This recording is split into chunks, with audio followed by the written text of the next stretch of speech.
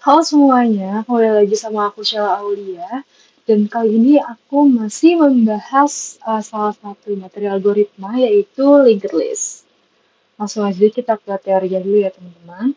Dari pengertiannya dulu, jadi linked list ini adalah sebuah struktur data linear yang terdiri dari node-node. Jadi setiap node ini juga memiliki dua bagian utama teman-teman.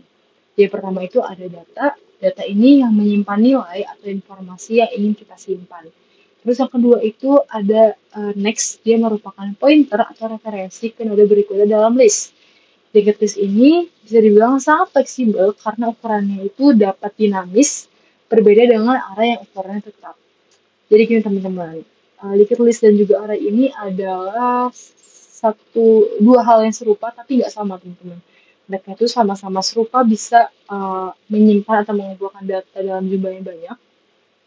Tapi ada perbedaannya teman-teman. Kalau linked list ini bisa juga lebih fleksibel karena ukurannya itu dapat dinamis. Sedangkan kalau misalkan array dia kan agak statis ya teman-teman. Kadang suka ditentukan nih ukurannya harus berapa segala macam. Terus juga dia ada indeksnya. Dinilai kurang fleksibel teman-teman. Sedangkan linked list ini sangat fleksibel. Oke. Selanjutnya, tadi kan aku bilang, Nix itu fleksibel. Kenapa fleksibel? Pertama, ukurannya itu dinamis, teman-teman. Kita bisa terus-terusan nambahin data atau ngapus data atau node tanpa harus menentukan ukuran awal kayak di array, teman-teman. Karena kan dia di linked list ini, dia tuh nggak ada yang namanya indeks, teman-teman. Beda kayak di array ya, sebelumnya aku udah bahas. Jadi dia tuh akan lebih dinamis, lebih gampang lah untuk nambah atau ngapus datanya. Terus, nah, untuk menambah dan juga mengurangi datanya itu lebih mudah teman-teman karena Liquidus ini relatif apa ya, kayak yang aku bilang tadi dia nggak punya indeks jadi lebih gampang untuk menambah atau mengurangi data. Lalu, nah dia nggak menggunakan indeks teman-teman. Jadi setiap node dalam liquidus ini hanya menyimpan data dan juga pointer ke node yang selanjutnya. Jadi nggak ada ruang yang akan terbuang sia-sia teman-teman. Oke. Nah, kapan sih kita tahu kita harus pakai linked list daripada array? Yang pertama, ketika kita nih nggak tahu nih berapa banyak data yang bakal kita simpan. Misalkan kita mau apa ya, mungkin ya, list ini kali, list jadwal harian. Kita kan nggak tahu nih berapa banyak yang akan kita simpan. Itu bisa menggunakan linked list ini. Terus juga ketika kita nggak tahu nih berapa banyak, ini sama sih ternyata. Terus yang ketiga itu ketika kita membutuhkan struktur data yang dapat berubah ukurannya secara dinamis. Jadi kita butuh yang space-nya besar gitu teman-teman. Nah, ini di sini adalah apa ya bentuk representasi yang bisa kita ambil terkait ligas ini. Jadi gerbong-gerbong kereta ini bisa diartikan sebagai data teman-teman. Sedangkan ini sambungan-sambungannya ini adalah next. Nah, kalau misalkan kita mau menambah data baru atau mengurangi data, ya tinggal tambah aja ya teman-teman ya, tinggal tinggal tambahin aja dia akan menambah nih, dia akan tetap nyambung karena dia ada data juga nextnya.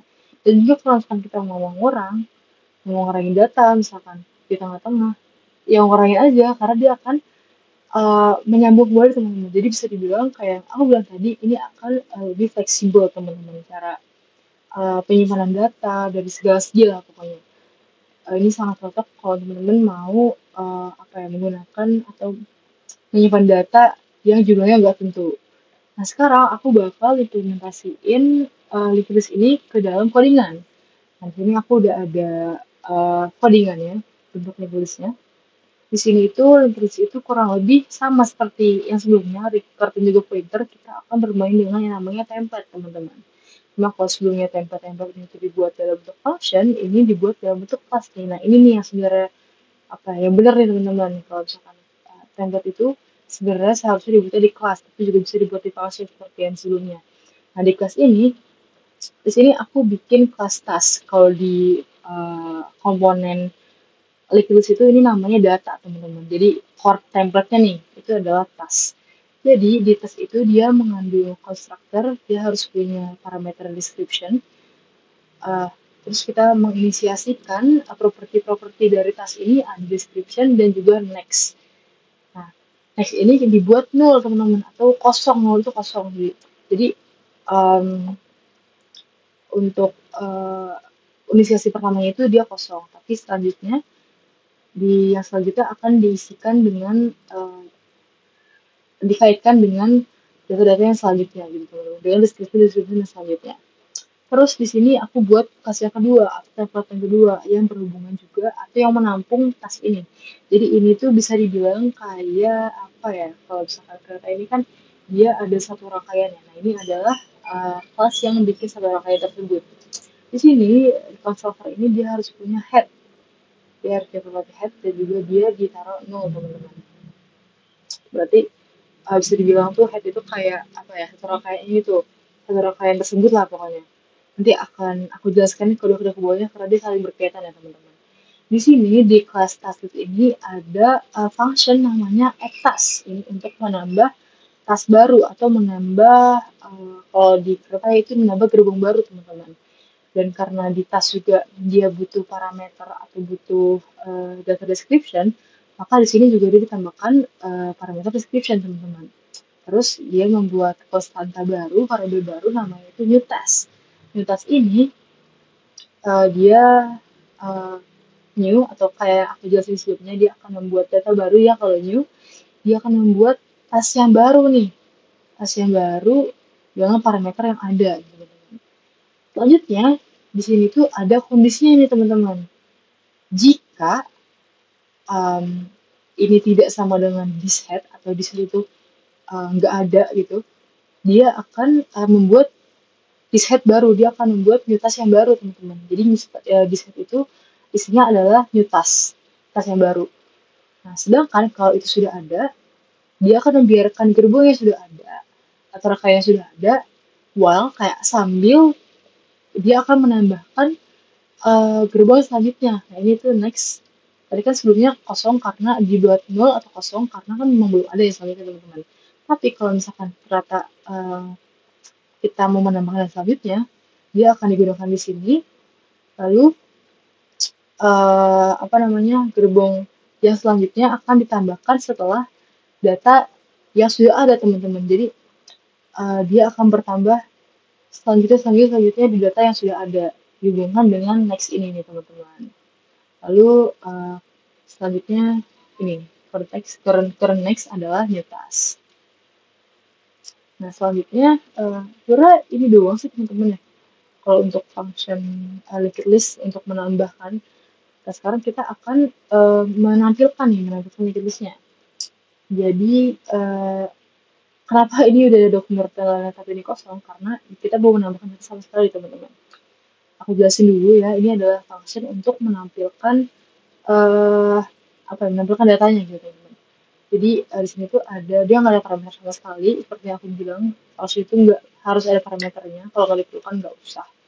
Jadi di sini ada that current, ini variabel baru, isinya itu adalah head atau di sini nih dari properti dari citasi sini dia mengambil head. Terus di sini ada kita menggunakan while lagi nih. While ini sebenarnya sama juga perulang ya teman-teman. Kayak kondisi yang dimana mirip-mirip sama for nih teman-teman. Nah di sini sementara current ini akan di looping, akan dibuat secara berulang. Bedanya while sama for, kalau while ini sebenarnya lebih fleksibel ya teman-teman ya. Kalau for kan dia harus ada tiga komponen yang harus diinisiasi. Kalau ini nggak perlu, jadi cukup apa nih yang perlu kita apa yang kita perlukan itu tinggal taruh di while dan dia akan mengulang data sejumlah dengan data yang ada gitu teman-teman. Ini kita akan menampilkan deskripsi yang sudah ditambahkan dari komponen tas atau komponen baru. Terus dia juga akan terus mengaitkan next-nya atau pengaitnya gitu ya kalau di kereta ini teman-teman. Nah sekarang kita akan mencoba untuk membuat komponen baru teman-teman supaya bisa lihat nih muncul apa enggak nih di tesnya berfungsi atau enggak nih teman-teman. Nah di sini aku udah bikin konstanta baru untuk kita pakai mengakses untuk kita pakai buat mencetak tas baru atau deskripsi baru. Nah cara pakainya itu kita tinggal my task list terus titik kita add task. Set. Jadi tuh ini maksudnya gini teman-teman. Jadi kan kita udah bikin variabel baru nih kayak aku bilang tadi. Nah, terus variabel ini dia itu membuat data baru dari sini teman-teman. Nah, kita tinggal pakai aja. Kita mengakses ini yang ada yang isinya adalah ini, nih. Nah, dalam ini ada yang namanya etas kan teman-teman. Nah, kita tinggal pakai aja nih dengan cara titik, terus tinggal taruh etas. Itu juga bisa sebenarnya display etas, cuman ya buat apa ya teman-teman ya? Karena kan kita kebutuhannya kita mau menambah data yang baru kan. Nah, ini caranya dengan etas. Terus kita tinggal taruh aja misalkan datanya gerbong 1.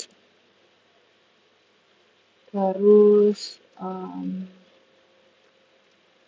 etas list lagi, etas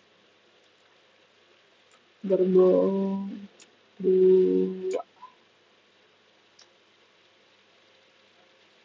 Kita bikin sampai 3 kali ya, cukup ya, 3. Oke, sekarang udah ditambahin, tapi kok masih nggak muncul ya teman-teman? Nah, karena kita belum manggil function display task ya teman-teman, jadi dia nggak akan muncul kalau nggak dipanggil. Sekarang kita panggil, jangan lupa ke function, dia harus pakai kayak gini teman-teman kalau kita mau manggil function. Nah, dia muncul deh. Jadi di sini kita nggak pakai array sama sekali, tapi kita pakai linked list.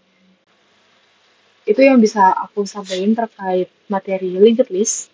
Semoga bisa dimengerti, walaupun emang agak kompleks, tapi kalau misalkan kalian mempelajari lebih lanjut, itu akan bermanfaat sih teman-teman. Sebenarnya intinya tuh kita cuma perlu mengelola template dengan baik dan menggunakannya di struktur yang tepat teman-teman. Kurang lebihnya mohon maaf, semoga bisa bermanfaat dan sampai jumpa di video-video yang lain. Terima kasih.